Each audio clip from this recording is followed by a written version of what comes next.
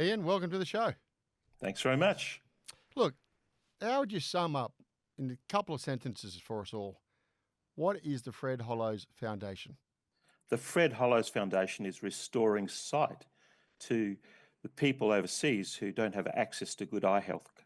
And the scale of the organisation, where it begins, where it ends? Well, that's a pretty big question. We're in 25 countries across the world, restoring sight to people who don't have access to good eye health.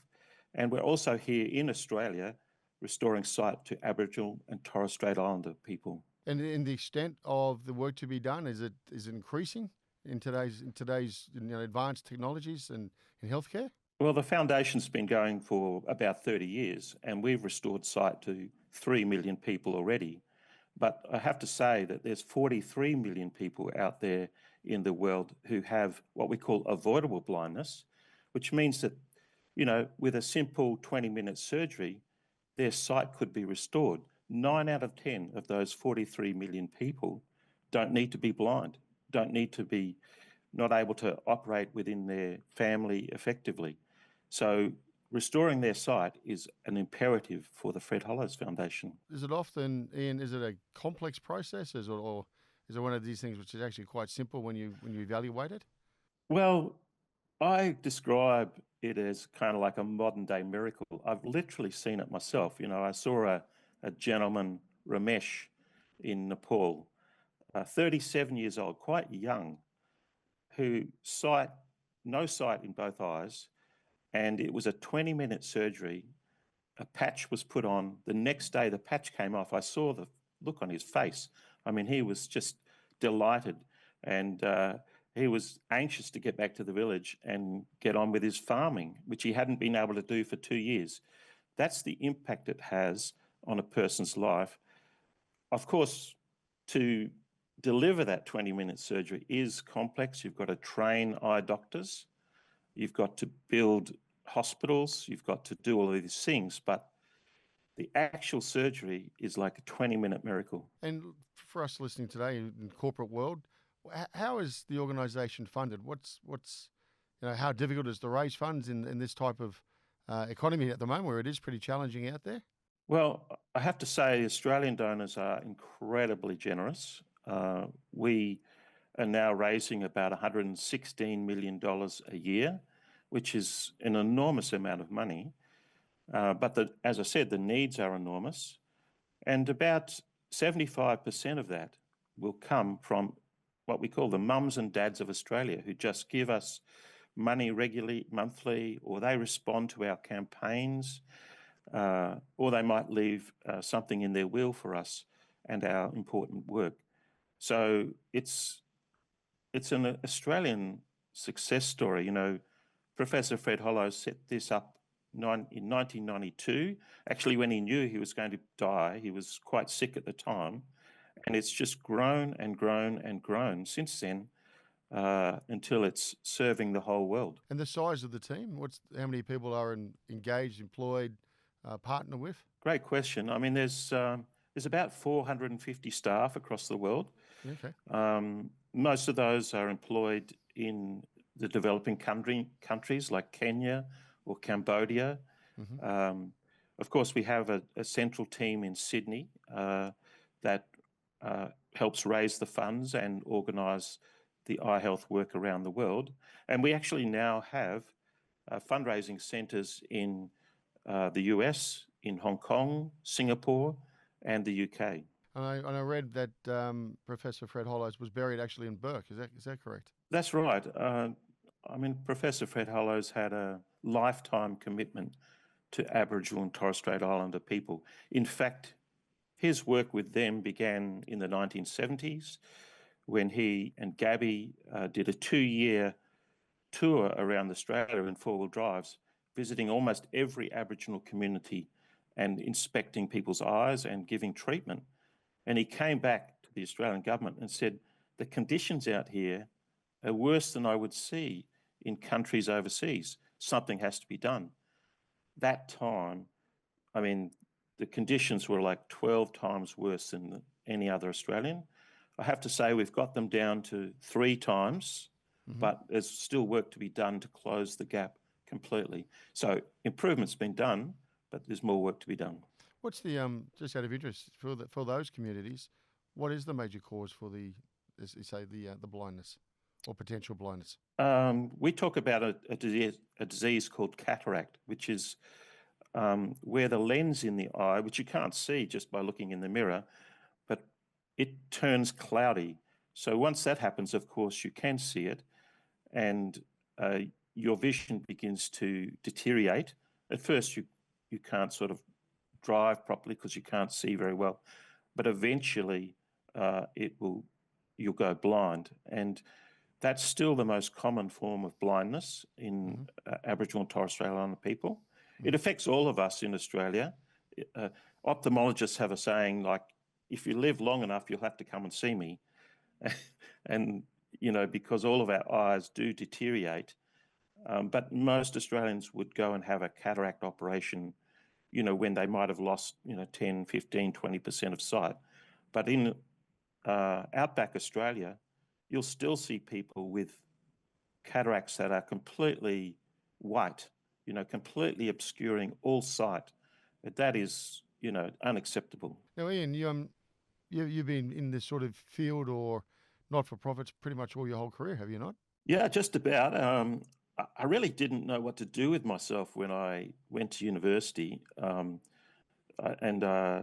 like a lot of kids, I tried a bit of, I originally trained as a school teacher. Right. And then I did work in the public service for a while. But then I had what I called a quarter-life crisis in about 25. I just thought, I'm not going in the direction that perhaps I dreamed of. And I did grow up overseas in the country of Papua New Guinea, which was a kind of odd sort of growing up experience. It was out of the box, if you like, and it had a profound effect on me. I always felt like I should go and do something for people who are less fortunate than me, because I've seen what privilege is and I've seen what poverty is, and I should do something about that. So in my mid-20s, I changed course completely, and I gave up my career and started a new career in humanitarian work. And I've never looked back. I've been going at it now 35, nearly going on 40 years, and it's been the most rewarding thing, professionally I've ever done. It's just been a very rich experience of helping people all around the world. So what did Mum and Dad do to have you growing up in Port Moresby? Yeah, Mum and Dad. Dad was a communications engineer, and he used to do radios, design radios and communications equipment for Philips in Adelaide. So I had a normal childhood growing up in Adelaide until I was about 11. Right. And then there was the first wave of kind of globalization, and Philips closed down their design factory in Adelaide, and Dad lost his job. And the next job he got was communications engineer in Papua New Guinea to install modern telephone systems. And in fact, it was a leapfrog job where they weren't installing landlines, they were installing microwave dishes across the mountains of Papua New Guinea, which is the technology we now have, with mobile phones. So he was an engineer, and in those days they were called colonial administrators because it was pre-independence, and I was actually there for independence in 1975. And look, I've read a lot about Papua New Guinea. Not the easiest place to grow up. No, it's a fascinating place. It was relatively safe, and it was for teenagers like myself. It was like growing up in a boy's own adventure model. It was we would go on excursions into the jungle, visiting villages, walking the Kokoda track. Oh, yeah. We'd do all kinds of exciting things, but we used to describe Papua New Guinea as, there's three types of expatriates up here. There's people mercenaries who've come to make a bit of money. There's the misfits who don't really fit in normal society who come because it's, an odd place to go. And there's people who have kind of like some kind of missionary or mission motivated reason to be there. That it might not be religious, but it might be they want to help people with agriculture, they want to help people with education and so forth. And I found I was always attracted to those who had a kind of purpose. Mm-hmm.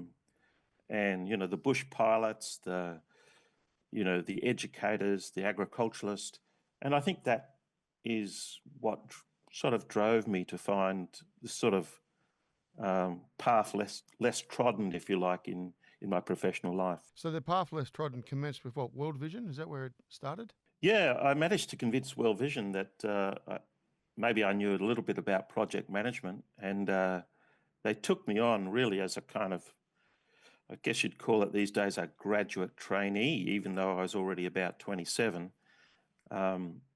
and trained me in humanitarian response. So I used to describe it as my $1 million lifestyle because they paid me peanuts, but they sent me all around the world to every strange corner of the world. And so I was literally living out of a suitcase for the first 3 years, deployed to South Sudan civil war, to Ethiopian drought situations, to mudslides or disasters in Southeast Asia, and it just blew my mind about how much there is to see in the world, but also how people do suffer. Um, you know, Especially people in poverty when big disasters happen. What's some of the worst ones you saw? Well, I'd done it for about 6 years at what we call the sharp end of emergencies, and my last deployment for emergency work was the Rwandan genocide. Oh, wow. And I kind of thought maybe I need to back off a little bit from this because I was seeing some of my buddies who'd been going at it for a decade that, they were sort of abusing pharmaceutical drugs or alcohol just to cope with the relentless suffering. Mm-hmm. And so I decided that I would stop doing the sharp end emergency work. I would still do longer term development work where you still engage with issues of poverty, but it's not quite as full on as when you're right there in the middle of an emergency. And the role of when you're in the middle of the emergency is to do what for that group? Well, it depends on your role, but my role was, managing a response. So that means designing what needs to be done, liaising with big global donors to bring in money, setting up the team. You need often you need technical specialists. You might need doctors. You might need trainers. You'll need an accounts team. You'll need communications team. So you set that all up as a operation, and make sure that you can deliver. And a lot of it's about hiring people, getting people in, looking after people on the team. Doing rotations, because when you're in the middle of an emergency, you need to rotate people out probably at least every 6 weeks just for their mental health. Yeah, right. And so I'd be involved in all of that kind of level of work. I wasn't what you'd call a specialist, but I would, I'd helped set up the specialist teams to do the job. As a leader, what are the skills do you think you're starting to develop? Okay, project management is a throwaway line or something like that almost. You obviously got to make decisions very swiftly. You've got to call in, as you say, the very best and work through that. But, they're responding to you as well. So how are you performing under pressure? Yeah, people have this term these days. I think it's called VUCA, volatile, uncertain. I can't remember all the acronyms, but working in emergency really teaches you what a volatile, uncertain situation is like and how to sort of adapt to that in a very agile way. So you can't sort of have fixed ideas about what you're there to do or what you're going to do. You have to constantly adapt. And we used to find that some people would come in and really not be able to cope with that kind of level of volatility, uncertainty, and some could, and some would be on the borderline. You'd have to coach them through, how to adapt, how to look after themselves in those situations. So I always found exercise, trying to, just keep my wits about me and some kind of depressurizing my head, in an evening or on a weekend was really helpful. Otherwise, it's just all too much, and you start cracking around the edges. That's for sure. Just in that, Ian, does the world respond to the way you think it should do for these type of traumatic events? Yeah, great question. I think about the Boxing Day tsunami. Oh yeah, okay. The world, I was involved in that, even though I'd already switched it to, well, I was at that time CEO of an aid organisation, and we all had to sort of cancel our Boxing Day celebrations and get back into the office and just go at it for 3 months. And the world did respond because it was such a visible, traumatic event that affected so many people. It affected people from Australia who were holidaying overseas. So people totally got it, right? So people are very compassionate and they will give. But sadly, there's just so many sort of hidden crises that really don't hit the media. So people never get a chance to really appreciate the scale of suffering. And so on those kind of responses, often you find that the level of financing is just not enough. And that's the hard thing, because you've got to make difficult decisions about, who's going to get support and who's not. Whereas in the Boxing Day tsunami, the response was fantastic and was sufficient to meet many of the needs. And you end up spending time in Laos as well, from what I read. Yeah, that's a strange one. One of the reasons I quit the sharp end kind of work was it's not great for relationships. You're constantly away. So around about that time, my then partner, we decided to get married, and I still wanted to do international development work. Unfortunately, my partner was in the same kind of field. So we went to the country of Laos, and I took over there as what's called a country manager of an international development team. We had like 6 or 7 expatriates and 50 to 60 local staff, and running projects all across that country. And it was a time when Laos was really cut off from the world. Unlike now, we've just had, unfortunately, the tragic incident there with those 2 young girls from Melbourne whose lives were taken because of methanol. But at that time, there were no tourists, no international tourists. It was still one of those countries almost behind the bamboo curtain. And so it was a fascinating time to see the country and see it develop and respond to the needs of people. You moved on and you went to, is it the Plan International Federation? I'd never heard of that before. Maybe for the audience, do you want to talk us through what that actually is? Yeah, I became CEO of Plan International Australia, which is a children's agency. One of the ways people help is with child sponsorship. So in many ways, it's similar to World Vision or Child Fund. It's better known in Europe. It's quite big in Germany, in the Netherlands, across Scandinavia. It's also quite large in Canada. But in Australia, it was a relatively small agency at the time, with revenues about $8 million. And I was there for 17 years, 18 years, and fortunately we were able to grow it into quite a sizable agency with revenue about 67 million, and really playing a big role within that global Plan International family. And you say it's children agency. What does it actually take care of?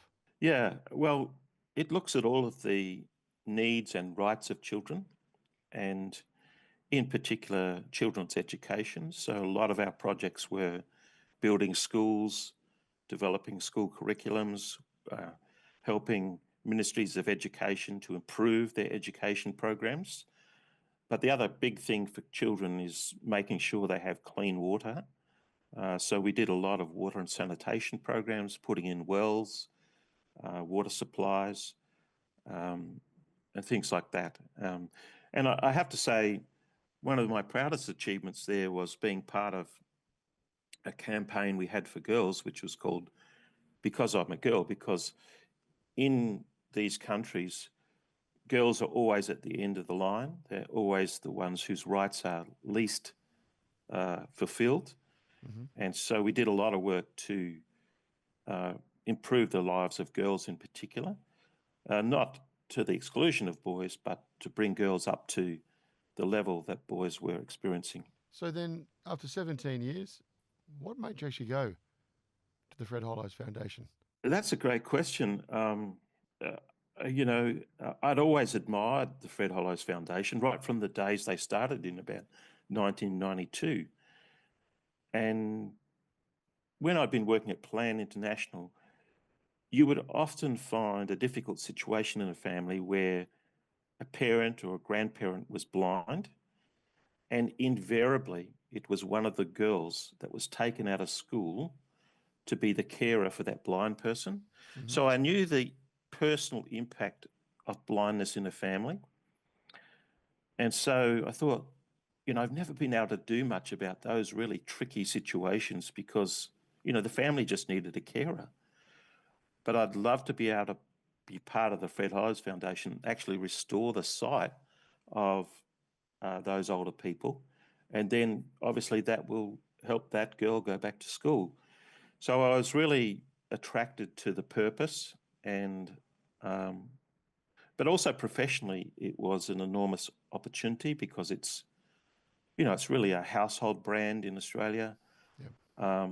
It's also not just the Australian headquarters of a charity, but it's actually the global headquarters, because the Fred Hollows is actually an Australian success story.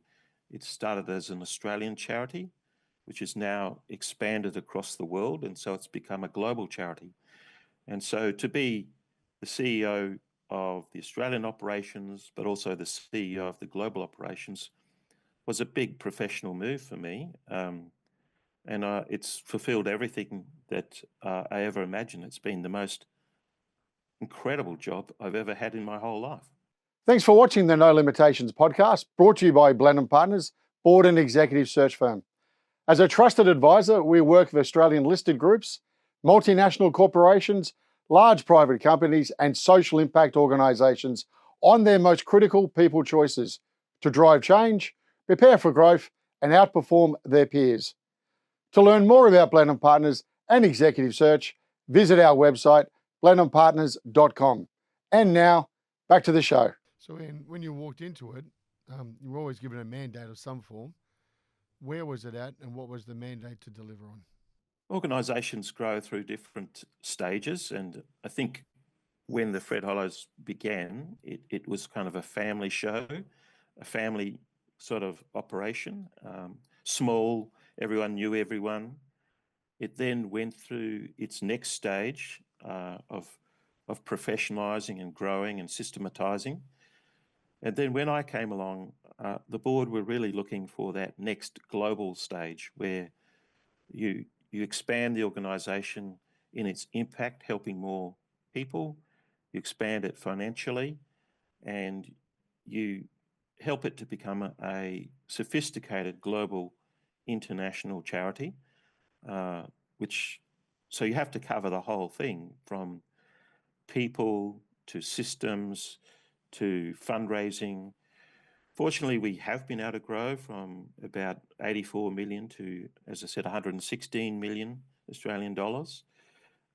We've also strengthened the work we're doing across the world. We've had a digital revolution, updating the digital systems that support the organisation. So your listeners, in CEOs and others in the business world, be very familiar with these kind of stages of improvement in an organisation. And I think one of the things I'm most proud of is the board said we also need a cultural shift in the organisation. Just having good intentions to work together is no longer good enough. We need to really strengthen collaboration because it's now much more complex, and we need people to have the right, not just being good in their patch, but being able to add value across the whole organisation. We've really worked on that, and it's really paid dividends as we've expanded as an organisation. So you got 116 million in donations or revenue, etc. Yeah. In. I know you would always want more, but if you really wanted to do something special, how much would you want? That's a great question. We actually have a plan for that. Okay. So what is it? We've always been very good with individual donors, mum and dad donors. Yep. We actually think there's an opportunity for what we call transformational giving. This is the kind of level of giving that is now occurring across the world, where major billionaires or major millionaires give transformational gifts of 10 million, 20 million, $30 million. And we've built a campaign to attract those kind of donors. Mm-hmm. And it's just in its beginning, but we're definitely looking for, extra hundreds of millions of dollars over the next 5 years. Okay. And that's not to downplay what we're also hoping to achieve with the regular Australian contributor, because they are so loyal. People are, just elderly people who give you that last, $50, or mum and dads who are struggling with the cost of living, but are still prepared to give to a campaign pledge. It's amazing how generous they are. So I guess the thing for us is we want to change the eye health situation, not just for the individual, not just for the community, but we actually want to change it for the countries in which we work, so that the whole eye health system of country goes from, basic to really sophisticated. And we've done it before. We've done it in Vietnam, which is one of the countries Fred first worked for more than 30 years ago. We're well on the way in doing that in Nepal, which is another country that he worked in. Yeah. And we have a dream to do that in Rwanda and Kenya and Ethiopia, for example. So we do need the extra support that will make that possible. And we're talking in the order of, additional 100 million. So that's all part of what the 5-year strategy, is it? That's all part of our 5-year strategy. We've got big ambitions. Fred was one of those guys. He dreamed big. He wanted to do amazing things, and he usually accompanied that with a lot of swear words, which I won't repeat for your listeners. But when you think of the things that he did, he just would not take no for an answer. When people said you can't do modern cataract surgery in developing countries, he said, I'm not accepting that. We will do it. Then they said you can't afford the lenses that, are $300. And he asked the manufacturers, give us the lenses for a cheap price. They said, no way in the world. He said, I'll make my own. And he did. Is that right? And then the people who make the machines who make the lenses wouldn't give him the machines. And he said, I'm not putting up with this nonsense. I will make my own machines. I saw those machines 2 weeks ago in Nepal, still working, still pumping out lenses at, $5, $6 a lens instead of $300 a lens. That's the kind of person that Fred Hollows was. And the board, the management team, the staff of Fred Hollows, we live by his mantra, never accept the impossible as impossible. It's always possible. And that's kind of how we try to do the Fred Hollows business. Just on that element, if you could talk me through the plan for the Indigenous Australia program. Yeah. What does that look like? Well, here in our own backyard, we have challenges with delivering eye health to Aboriginal and Torres Strait Islander people. I'll give you an example. You know, I was in Alice Springs, and my team flew me out to what's called the APY lands, which is right in the top corner of South Australia, northwest corner. You know, where the boundaries come together between Western Australia and Northern Territory and South Australia, Musgrave Ranges. People out there, you know, suffering from eye conditions. It's a 10-hour bumpy road trip into Alice Springs to get your eyes fixed. So a lot of people, it's all too much. But we have an eye health nurse out there who screens the eyes of people and encourages them to come into Alice Springs, and then they come in on the bus and we look after them. We have, Aboriginal and Torres Strait Islander liaison person who helps them navigate the hospital, which is a very confronting experience for them, and then guides them through for their first surgery to have their cataracts removed. And, you know, all of that needs the support of the Fred Hollows Foundation. We help the nurse, we help with the transport, we help with the accommodation in Alice Springs. We help provide equipment to the doctor who's there, and we make it all possible. But not enough Aboriginal and Torres Strait Islander people are getting access. They're waiting on average 2 years longer than anyone else. And much more needs to be done in outback places like Alice Springs, Darwin, outback New South Wales, outback Queensland. That's where we're working.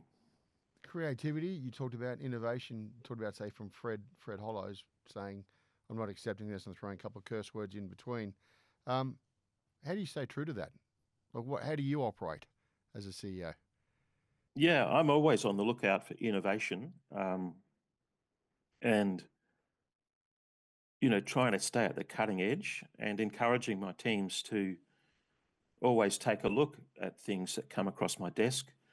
I do get approached by people about new technologies. Recently, one of the challenges we have is how do you screen people who may need glasses? We call that refractive error. Right. And traditionally, you had to have this, you've all seen it, if you've had your glasses done, you go in, you sit down, there's this heavy machine with, lenses that they put in front of your face, and you can't really take that easily on the road. It's quite a heavy piece of equipment. But we now have a company that's produced an auto refractor, and it's about the size of a hairdryer, and it's got lots of AI inside of it. And you literally just put it on a person's eye, press the button, and within a second, you've got a really good measurement of that person's refractive error, as we call it, and what kind of glasses they need. Now, that kind of device, battery operated, we can train a technician to use. They don't have to be a full-on optometrist. And we can give people a prescription on the spot in the most remote places in the world. So that kind of technology is amazing. And we're seeing the same AI technology coming in machines that can read the back of the eye.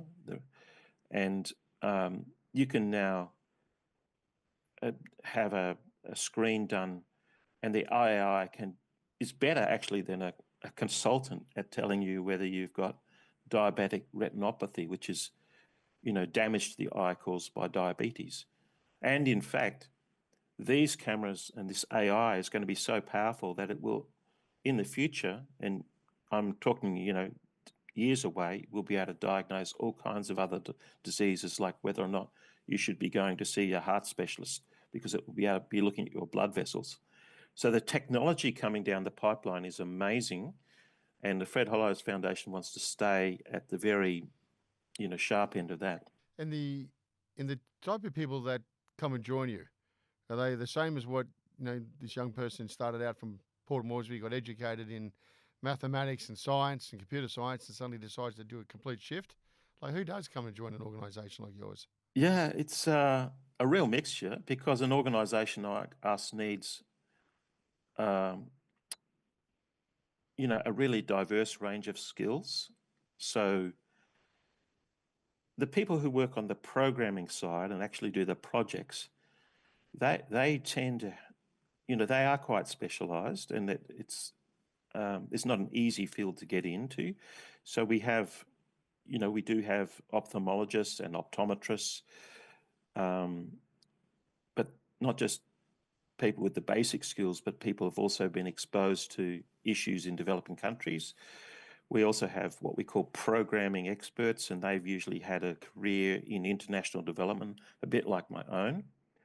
But then we have, all the regular kind of business skills. So we have an IT department, because we've got a lot of digital systems. We have a finance department, so we need accountants, because you've got to keep track of the money, and we've got to be accountable to donors. And then we've got a fundraising department, which, a lot of those people have skills in marketing, sales, business development skills. So in many ways, it's very similar to, a traditional business. It's just that people are exercising those skills in a sort of not-for-profit world.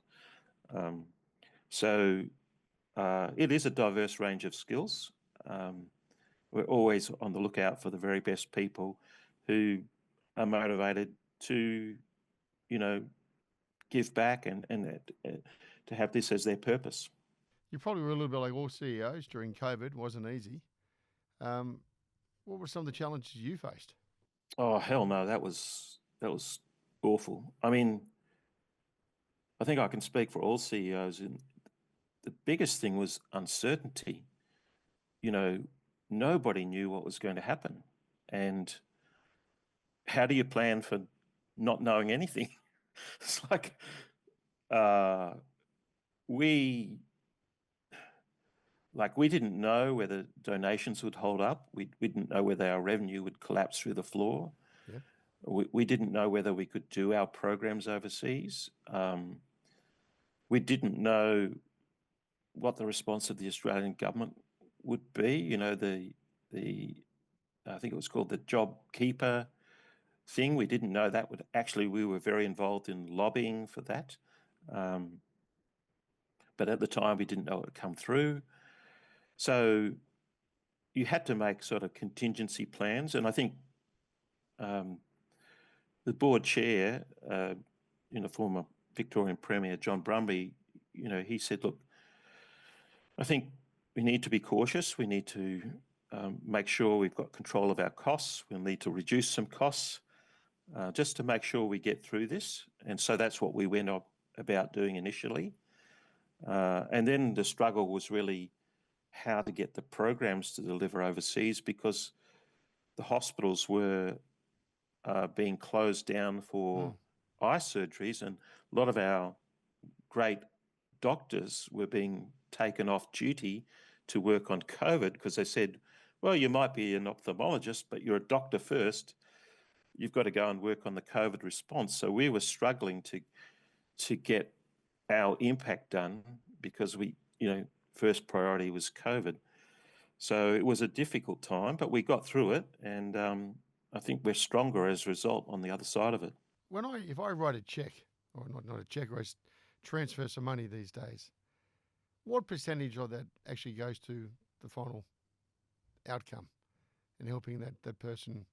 And it's probably, I know it's cut and diced all along the way, but you do hear terrible stories about not-for-profits, only 20% of the actual dollar 20 cents out of that dollar actually comes to any fruition, because everything else is in administration. Yeah, Have you got yeah, anything you can share there? Because you do get a bit worried sometimes. yeah. Look, I, I think a good charity takes a very sensible approach to this. There's no point trying to run a charity uh, with no administration costs, because that's just irresponsible. Yeah. But at the same time, nobody should be, uh, seeing very little go through to the beneficiaries who need it. So for our organisation, we always aim for what we call the 75-25 rule.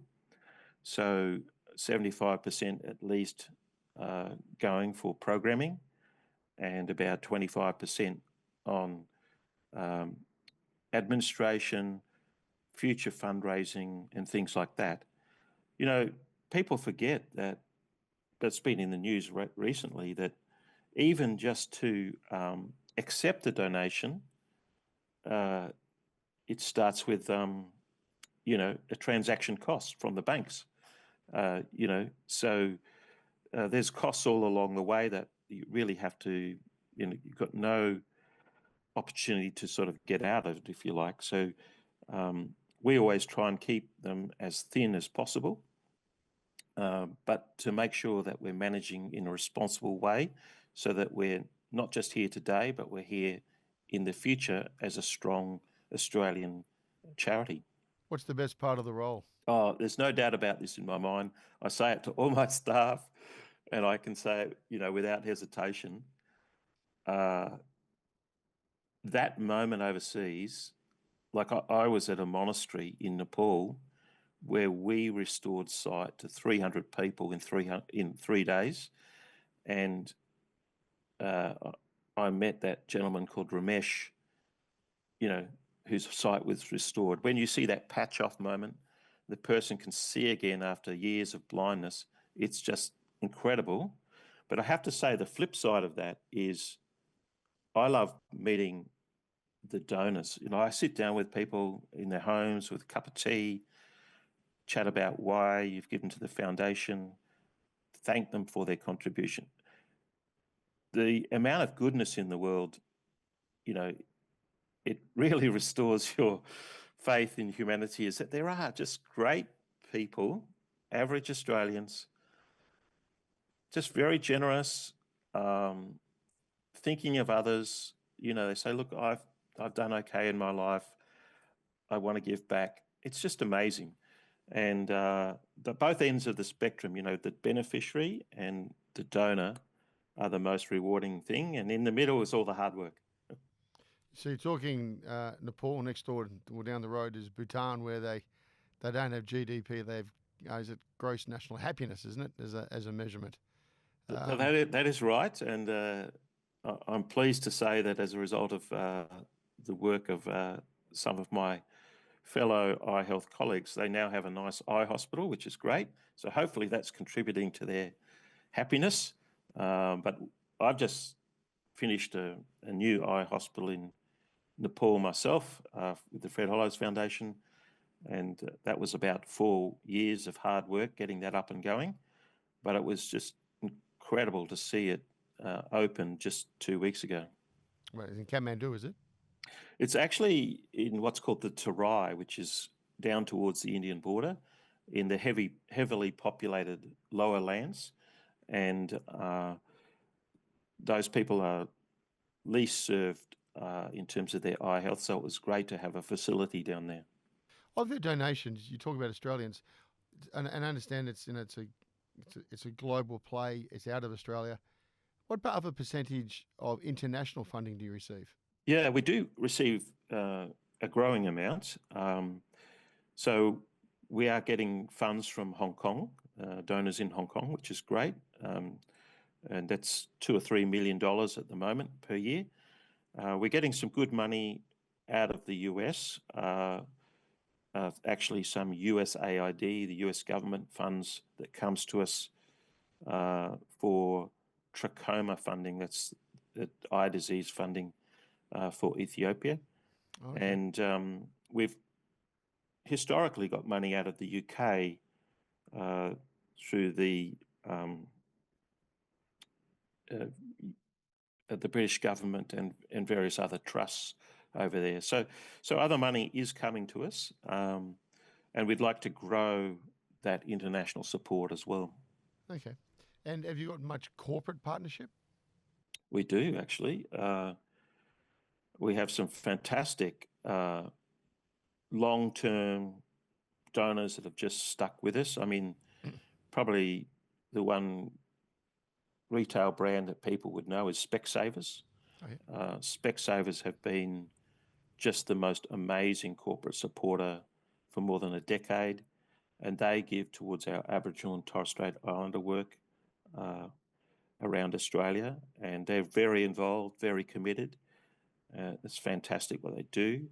There's another Australian company that people may not know so well called Blackwoods. They're sort of, you kind of describe them as a sort of Bunnings type supplier to the mining and agricultural and manufacturing industry. You know, they provide safety gear, equipment, and they work in a lot of outback places. So they support our Aboriginal and Torres Strait Islander work because it really fits with where they're at and, you know, the kind of mining companies that they work with. So great partners. And that's just to name a couple. Many others support us, and we're very glad for it. And when you just had an interest, when you go into these communities and you're helping, as you say, repair the eyesight, is there any stories where the members of those communities become doctors themselves as a result of what you've achieved, or you develop those individuals to be, you know, very helpful in what you're seeking to do, or it changes the whole community way of behaving, cleaning, washing, you know, all the above? Yeah, it's a lot more than just walking in, pulling out this, you say, the big machine or the new AI machine. There's a whole cultural change here, isn't there? Yeah, we say that we're not just in the business of restoring sight, we're in the business of transforming lives. And increasingly, we're not just measuring the surgeries we completed, we're trying to go back in and measure the changes in people's lives, because that's actually what we're there for. I think the most famous case of this is a gentleman by the name of Yap. Now, when Fred went to Vietnam in the early 1990s, there's a very famous photograph of him looking in the eyes of Yap. And Fred was very ill. He knew he was, you know, when he returned to Australia, he knew he would die. But he identified the problem with Yap's eyes, and he was able to operate on him and fix his eyes. And Yap has remained a friend of the foundation for the next 30 years. And he was able to go to school and educate well. And he then went on to become a school teacher of mathematics. And he did that for quite some time. Then he married and had a couple of kids. And recently he's moved into the commercial world for an insurance company. And he's still going strong. And his whole life was completely changed as a result of Fred's looking in his eyes back in the early 1990s and doing something about it. And we know that's true across the world for patient after patient. And, you know, that's what the Fred Hollis Foundation is all about. And can I ask a couple of questions around leadership? Yeah, sure. So in this role, you said it's the best role you've had. What would be the sort of the key lessons you've learned as a CEO or as a natural leader, bearing in mind you've got full-time, but you've also got volunteers as well as part of the team? What messages or insights would you share to those in the corporate world, business world? Yeah, I think the struggle for any CEO is to get the right balance of how you're spending your time. That's what I struggle with. Even in an organization doing such a powerful purpose as the Fred Hollows Foundation, people still need inspiration. They still need storytelling. They still need authentic leadership. So you really got to spend time with people. You've got to be able to tell the story of the work that you do and the reason behind your organisation, and that's true in the commercial world as well. And you've got to inspire them, because it takes a lot of blood, sweat, and tears. You know, members of my team are travelling, often weary, you know, jet lagged, working night and day. You know, those things are important, and just to be able to support people through those things. And as every CEO knows, you've got to also be able to do, you know, less glamorous stuff like crunch budgets, you know, set strategy, you make tough decisions. Those things go hand in hand. And, but I think it's, you know, finding the right balance, not being consumed by those kind of business kind of imperatives, but remaining kind of available and accessible. You know, we during COVID, we introduced sort of coffee chats with CEOs and executives just to be available to people, because we couldn't travel and be with them. We just wanted to be available to chat, not to give, you know, the big speech, not to dominate the conversation, but just to get in dialogue with our people over a cup of coffee. And those things really are important for, you know, the ongoing culture and health of the organisation. So who inspires you, Ian? There have been several people who've inspired me. I think of my first sort of charity CEO was a guy by the name of Philip Hunt at World Vision. And he was a great storyteller. He came up through the communications ranks. He wasn't a program person, but he could just tell the stories of what we were doing that really inspired us. And I've tried to, in my own less, nowhere could I come close to him, but he was just fantastic. And then my first chair in my CEO role was a woman by the name of Wendy McCarthy from Sydney. And she was just amazing, because she had the best mixture of, she was really human and warm, and at the same time she was really tough and steely. And she literally said to me in my first week in the job, you know, we haven't been doing too well with this organisation, and I've only been here a couple of years. Now I'm the chair. Either fix it or I'll close it on you. And which fortunately we were able to do. And I said to Wendy, as long as you've got my back, we'll do it together. And so we did. And those two people were just inspirational to me. So Christmas coming not too far away. Where's the Fred Hollows group of people going to be on Christmas Day? Are they all going to be at home, or are they going to be all parts of the world? Well, we are all over the world, you know, in all the 25 countries. And we'll certainly be celebrating some time off, because it's one time of the year when we sort of wind down. And we always have a celebration here in Sydney and Melbourne, but across the world we're having celebrations. Of course, some of our countries, you know, will be celebrating other cultural holidays. But strangely enough, in many countries, even when it's not their culture, there seems to be a Christmas celebration. Yeah, it's a great time for people just to let their hair down.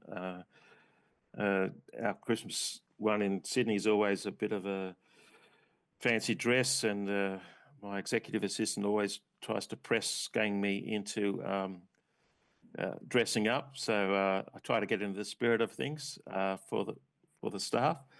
Obviously, try not to any of those photographs that might haunt you in the future.